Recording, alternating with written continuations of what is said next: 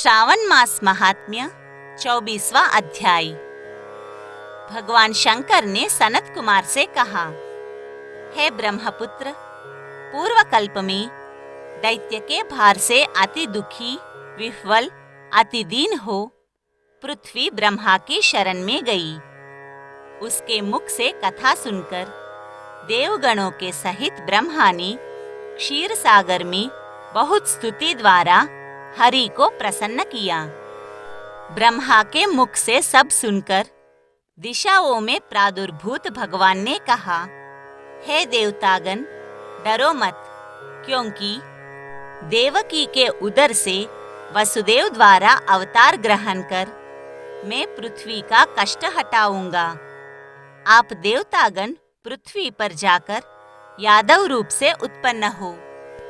ऐसा कहकर प्रभु अंतर्धान हो गए।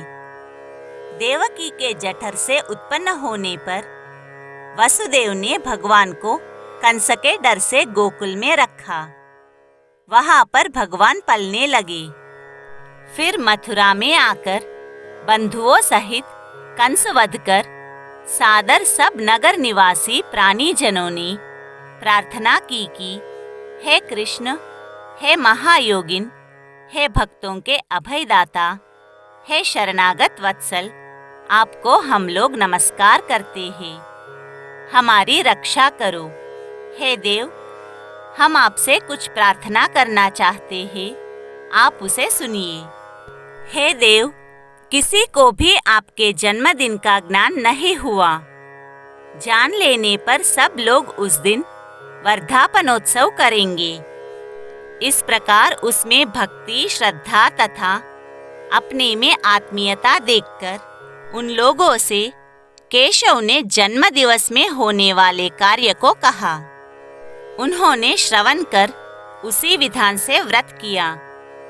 व्रत करने वाले को भगवान ने वर दिया।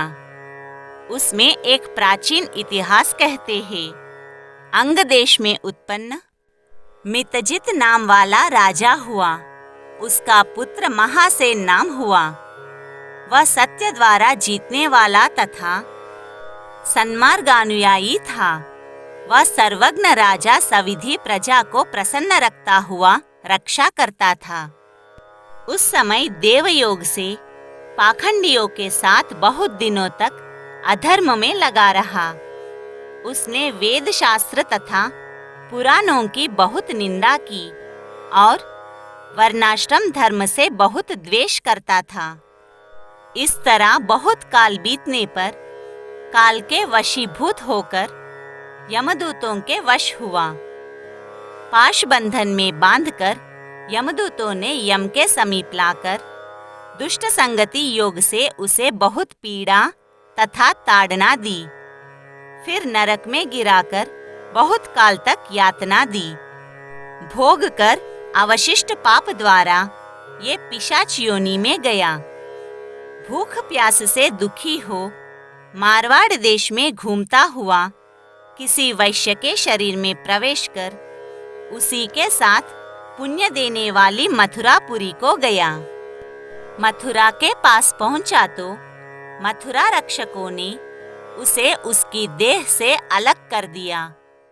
वह वन में तथा ऋषियों के आश्रमों में घूमता हुआ कदाचित दैवयोग से जन्माष्टमी के दिन मुनियों तथा द्विजों द्वारा की जाने वाली महापूजा और नाम संकीर्तन आदि से रात भर जागता रह गया, जिससे उसी समय प्रेत शरीर छोड़कर विमान द्वारा विष्णु लोक को गया। वह यमदूतों से व्यक्त हो दिव्य भोग समन्वित हो गया। इस व्रत के प्रभाव से तथा विष्णु के सानिध्य से मुक्ति फल प्राप्त किया।